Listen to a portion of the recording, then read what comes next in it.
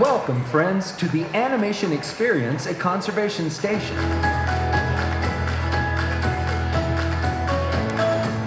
Since the 1930s, Disney animators have put their pencils to paper in service of the idea that the greatest inspiration often comes from the magic of nature. Walt Disney himself understood the importance of spending time around animals, studying their behavior and personalities in order to create realistic characters and dynamic storylines. This meeting of the human and animal worlds sparked a legacy of storytelling that has shaped our relationship with animals and conservation forever. Today, we invite you to become a part of that legacy as our own Disney artists help you learn to sketch characters inspired by the very animals found here at Disney's Animal Kingdom. Get your pencils ready, because here comes our animation artist now. Hey everybody, how y'all doing today? Are y'all having fun? It's so good to see everybody. Thank you all so much for being here.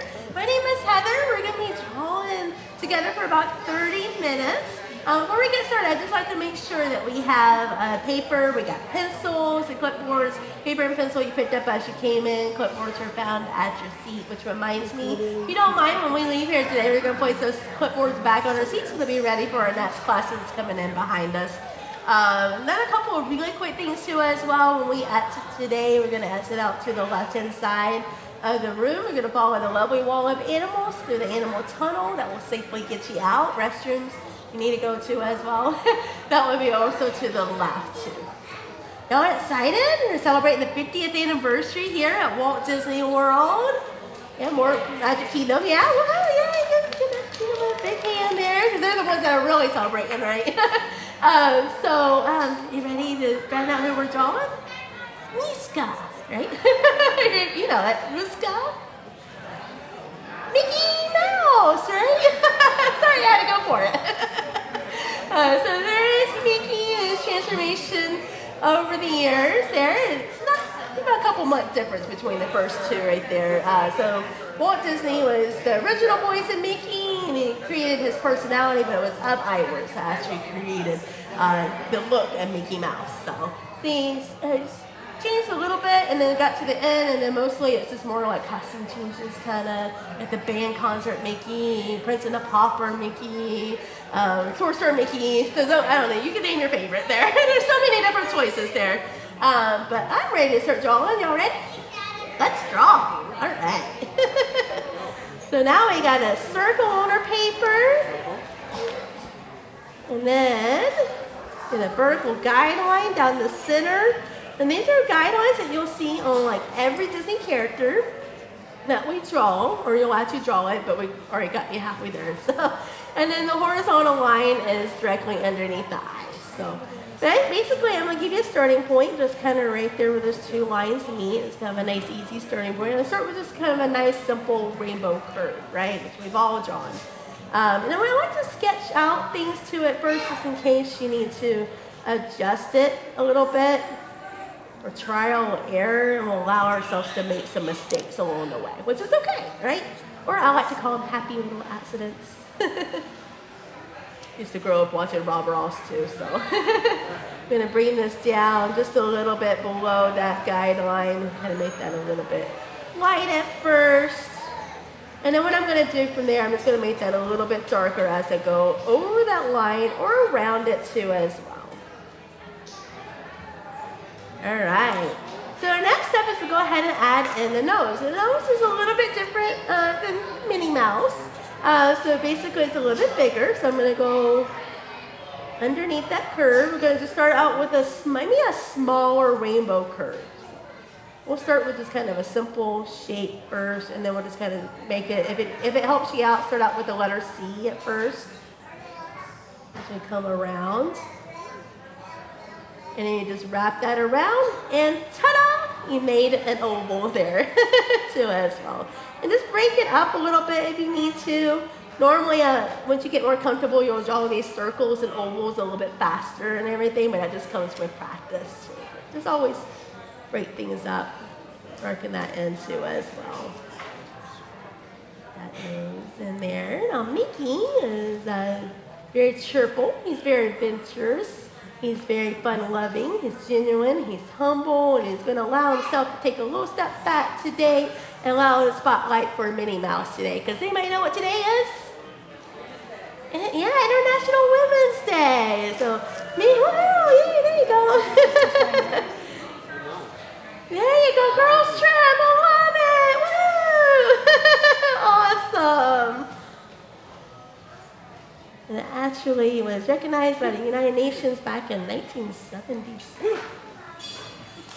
And then what I like to do, once we get our nose in there, we're pretty happy with it. We can shade in that nose. Now, these pencils actually can go home with you. So if you'd rather use this time to catch up, feel free to shade later on. I'm just running my pencil through there. You don't have to make a highlight. If you want to add a highlight on yours, that's totally okay. It's just your preference on whether you want to add a little highlight on it. And then I'm going to go ahead and place in the eyes. Now we're going to put the eyes on top of this top rainbow curve there. So I'm going to start just a little bit to the left of the vertical guideline. And I always like to sketch it into, especially when we're drawing an oval shape here. So I'm going to curve it up. And it's going to fall right back down. So it kind of looks like almost like a surfboard in the sand, which we're going to see more of that surfboard. So we can kind of curve it in to that snout to us. Mice generally have weak eyesight.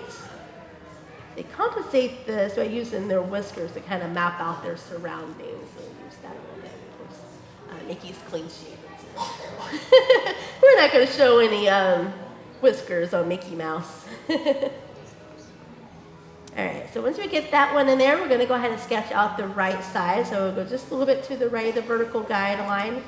And I'm going to make this one lighter. Generally, I feel the second one does work a little bit better because once you get that first one in there, you're not thinking about it as much on that second one.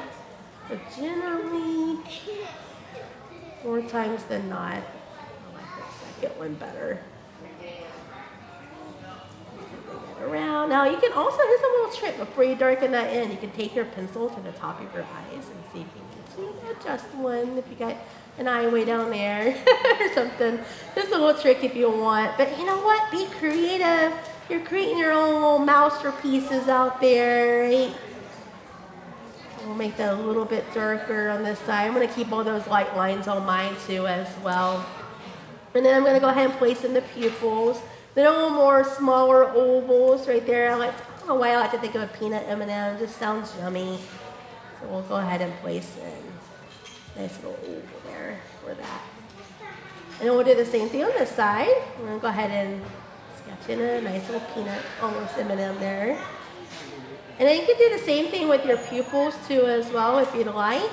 And just take your pencil to the top and you can kind of adjust it if you need to.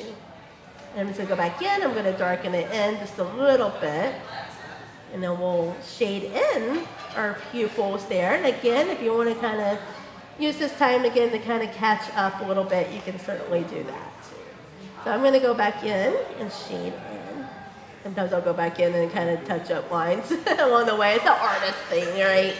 And it's like, what's that? And I get you. I'm in the same boat as y'all. All right, so now we're going to go ahead and get a nice big smile, right? We've already talked about Mickey's personality, too. Originally, he did kind of acquire some of the attributes as Oswald, but Donald kind of took some of the temper attributes out of that, and it was placed on Donald and Mickey, less on Mickey. So now, for just coming up from the bottom of the nose, about a third of the way up, roughly, and a little bit less than halfway. Don't worry, I'm not as good as math, so we're just going to go a little bit less than halfway. And then we're going to draw a little curved line right here for the dimple. It's like a little small rainbow curve there. And if you want to, you can draw a white line that goes all the way across to the other side, or I just like to move my pencil across to the other side. And your dimple is just going to be kind of right there, a little curved line. This is a much smaller rainbow curve. again, we think a happy, happy, big smile for Mickey, right? You can also use this bottom blue curve as a reference if you need to, but I'm going to start just a little bit above it. And I'm going to do half of a smile first because sometimes it's a little easier to do one half first. But I start with the dimple and go right to the vertical guideline or vertical guideline first, either one. And bring it right on up. Pull it together. And that kind of gives you a nice little break if you need to. And over on the right side, I'm going to go ahead and pull the other side up. Now your papers can move too as well. Generally in animation, you do have that nice little disc that kind of spins it around.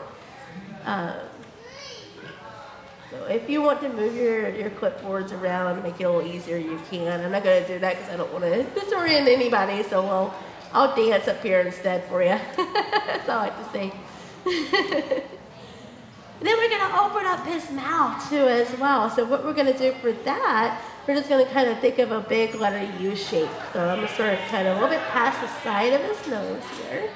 And I wrote kind of where the side of his muzzle here is, or snout. Come down. I'm going to bring this down and a little bit below that vertical guideline. The mice generally kind of like seeds and like little grains and stuff. They're not really big into cheese. Well, Mickey loves cheese. Mickey, that's his favorite food too as well. And Minnie too, of course. And maybe other cartoon mice that are out there that we don't own yet. Go ahead.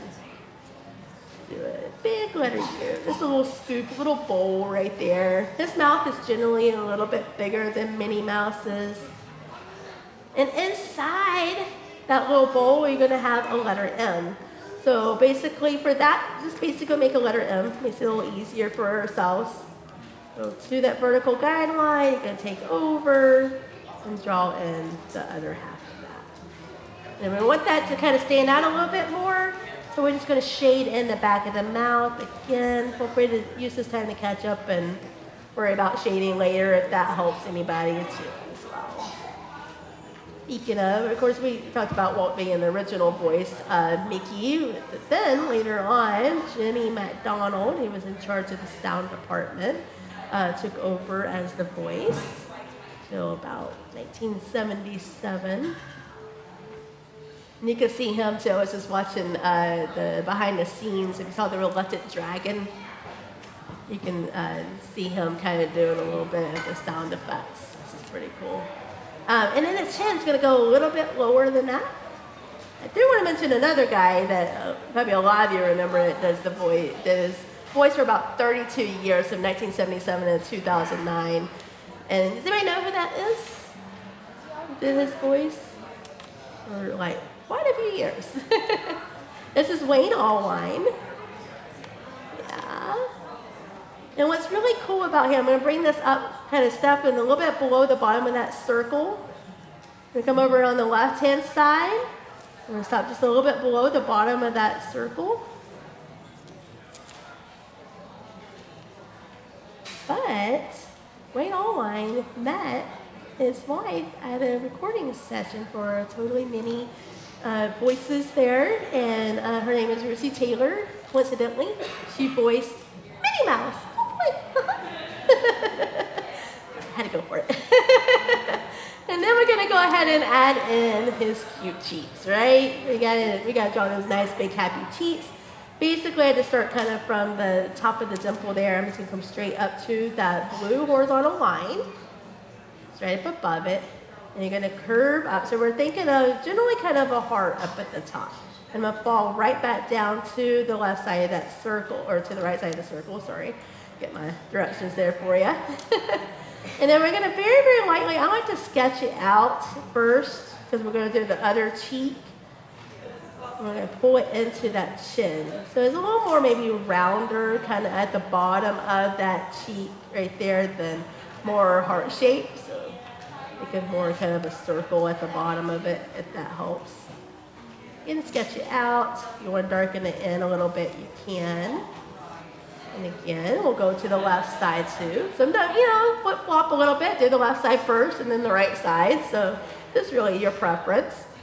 The dimple right here, you're gonna come straight up to that blue line. I'm gonna go ahead and give it a little curve up here to the cheek. And it's gonna fall right back down. Again, you can kind of sketch it out as much as you want. Give yourself plenty of area to make mistakes there, or happy accidents. And we're gonna bring this down and into that chin. Just kind of keep it nice and round. Now, you can, if you didn't like to, you can also kind of lean back a little bit if you need to, and see if you need to adjust the cheek. You can bring it out a little bit more. Just whatever you see. Sometimes it's better to kind of go back and look over like time. And pull this down, and I'm going to bring it right back into that chin just a little bit. I'm going to bring this chin just a little bit out so it kind of stands out a little more. Now we want to go ahead and place in his lovely mask. I like to call it his hairdo, right? So again, a big letter M like we did over here. Start at the top of that cheek. I'm going to go ahead and curve it out to the top of that circle. Mickey is the most widely licensed character in the world. He appears in thousands of products. Of course, I know everybody's probably got a shirt at home or one wearing now with Mickey on it. He also is the very first animated character to receive a star on the Hollywood Walk of Fame. A pretty popular little guy here. And y'all know his birthday, right? You know Mickey's birthday? I give you a hint, it's November 17th. Is very close. It's the day after. It's the 18th. Very good. You got it. We're going to bring it right back up on the right side. Let it touch that blue curve there. 1928. Minnie was actually born the same day. She's about 2 minutes younger than Mickey. Much younger, right? I like to say Minnie is 29 still. So I appreciate that. We'll help a girl out. And it's going to go back in over a big letter M, kind of trace that over, make it a little bit darker too as well. He also appeared in about 120 cartoons. His popularity started to decline a little bit during the 1940s. Start to work kind of within his ears now. So what we're going to do, we're going to trace over just pretty much the top of his head. So we'll go ahead and do that now and kind of give you a little bit of a break before we kind of get into you know what's coming. And then bring this back down. So originally, for the Sorcerer's Apprentice, they had a couple other characters in mind for the role. Mickey was only a third choice. Because again, in the 1940s, he kind of started to decline in popularity, which is about the time that Fantasia started coming out. You might know the very first character they had in mind. If you look at Mickey's clothes, you can kind of like maybe figure like maybe a feature film character. Dopey, very good, yeah. And then the most prolific, most popular character was of course Donald Duck. So like, you know what? Give it to Donald, right? And then of course going back to that. And then we're going to go ahead and add in kind of where his ears are going to be. Basically, kind of a little bit underneath that little, I like to call it a little widow's peak there. I'm going to come over to the left-hand side. If you want to kind of make a little line right there to kind of be about where the bottom of his ears are going to be, they're more like, almost like an oval/circle kind of shape. And then you can do this if you want. This is something you don't have to do if you want to eyeball it. Sometimes it's more fun. But what I like to do, you can also use kind of this horizontal line, the end of that blue line, and your hand or your fingers are on that vertical guideline. And that's kind of generally going to come up here to the top of the circle, just a little bit above that line, and then take your other finger and kind of make a little point there with that. It's also just a little bit above this horizontal line and then out too as well from the vertical guidelines. It's kind of hard to see. So again, don't do it if you don't want to. It's kind of hard to show, but we're going to go ahead and do a little curved line right here. Kind of get that nice little rocking horse motion. You can see I've got a couple of sketches there, and I'm just going to roll it around. Those nice big ears there. It doesn't have to be perfect the first time. That's why I like to trial and error it a little bit. And you got the top part of the ear already there, so you can actually draw a line that goes all the way across if you want to, a very light line. And same thing at the bottom of the ear. If you want to, you can draw all the way across to the other side. You can actually just kind of hop over there if you want. And then now you got these two areas to kind of bump up your ears in between. You don't have to try to figure it out too as well. You can still do the same thing if you want to take the horizontal line, take the tip right there at the end, and the vertical guideline. And generally, just right underneath that horizontal line at the top, it's kind of about where the side of his ear is going to be. And you just kind of wrap around a couple of times. And a trial and error as many times as you want to until you get something that you like or that you're happy with. Obviously, make sure it does touch the top of the head too as well when we darken that in. All right, and then we'll go from there. We'll just kind of darken those in. Of course, mice generally have really big ears, help aid in sound detection. So you kind of think of satellite dishes almost for those ears. Of course, I know a little bit back to with Mickey's style of ears, they used to kind of make them look a little more 3D or kind of a little concave. I'm trying to think of the right word, but so that you can see a little difference in those ears, and then they decided, we don't want to do that anymore. So we just went back to the regular Mickey Mouse ears. And also, the current voice too, I want to go back and mention his name too, Brett Ewan. Just do the best you can, Sometimes it's better just to kind of go in there and eyeball it. Again, I figure out the less to think about it, the better it turns out for some reason. Working it in over here. On the side, you don't have to use every single one of those lines. Some of those lines are going to get covered up in the shading there. And again, if you want to turn your paper around, you can, if you'd like. And I just take the side of my pencil too, especially when I want to cover big areas there. And kind of give it a quick little shade there. Just kind of give it a nice little shade. Shade in the side. Right there, those little sideburns. The top part right there. And you can see you go outside the lines too as well. Down to the side. And then Mickey is usually about 3 heads high or 3 circles high. Mice generally range between 1 and 7 inches, so maybe a little bit smaller for real mice. A lot of people like to choose like mice and gerbils and hamsters as pets. The best thing is just to make sure you do your research first before you invite one of those friendly hamsters or mice into your home. Just sure you know what they eat and are able to take good care of it. And enjoy that pet. I don't know, some of you might even have some mice, I don't know, or gerbils or hamsters too as well. And Florida is actually home to many species of mice, including the endangered Perdido key beach mouse. Here it's really cute, here it's adorable. But their actually human development on the coastlines has compromised that habitat. So they're working on reintroducing that along the coastline with that Florida or the Perdido key beach mouse too. So yay! Oh boy! So yeah, we did Mickey Mouse together. So the most important thing we had to on our drawing is sign our artwork. Now I understand some of you are working on cursive, and that's okay too. If you want to print your name too, you can print it.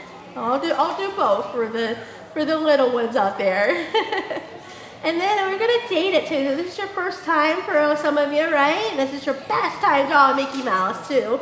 So we're gonna date it again, 3/8, International Women's Day, 2022.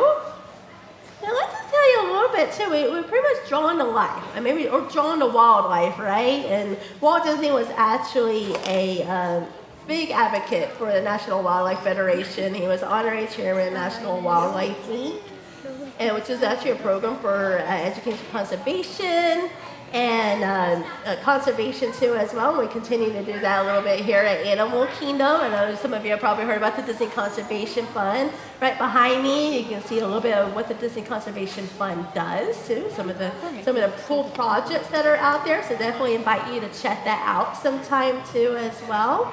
We'll give you a quick second to kind of like take a quick look at Mickey. If you need to take a quick picture, you can do that too as well.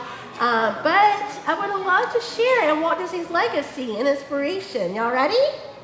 All right, let's take a look. Animals have always been at the heart of the Walt Disney Company. As Walt himself once said, "I hope we never lose sight of one thing, that it was all started by a mouse." Although Mickey was one of the first characters to draw inspiration from the animal world, soon many more would follow.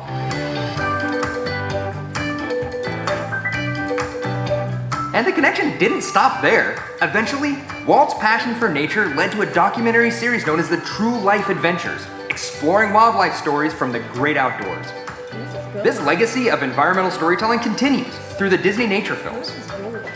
Walt Disney was a true pioneer for conservation. In that spirit, as a demonstration of our company's continual commitment to protecting wildlife and wild places, the Disney Conservation Fund was founded in 1995. Its mission?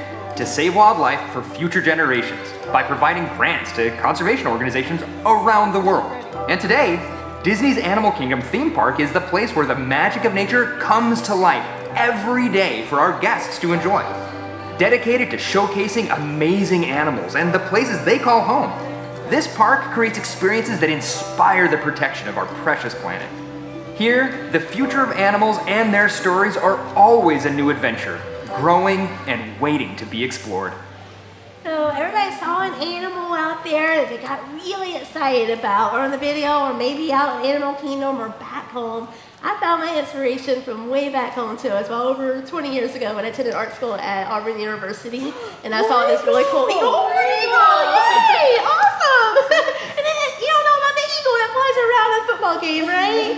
It's just so exciting. Maybe you want to learn more about it, learn about the eagle conservation on campus, and just eagles around us, that spirit, that courage, that the eagles possess too as well. And that is a harpy eagle, but I don't want to mention what that is too as well. So you definitely look that up. And again, so that's just the first start. This is the starting with library research too as well, or home research if you got encyclopedias too. This is the simplest thing you could do to learn more about animals, and then you could go take it further from there. So these are beautiful. These always are replacing the refrigerators at home. Place them high up in the refrigerators so everybody can see how wonderful these Mickeys are, because they all do look adorable and precious, of course. Make sure that you do have everything too as well. I don't want anybody to leave anything behind, so we'll do that. We're going to just reminder, we're going to head to the left-hand side too as well. But most of all, I want y'all to have a wonderful, amazing day out here at Animal Kingdom. Bye, guys. Have a good one. Thank you all for joining us in the animation experience at Conservation Station. Please gather your personal belongings before exiting, and remember to take your artwork with you. We hope you enjoy the rest of your visit at Rafiki's Planet Lodge and the rest of your adventure here at Disney's Animal Kingdom. Goodbye.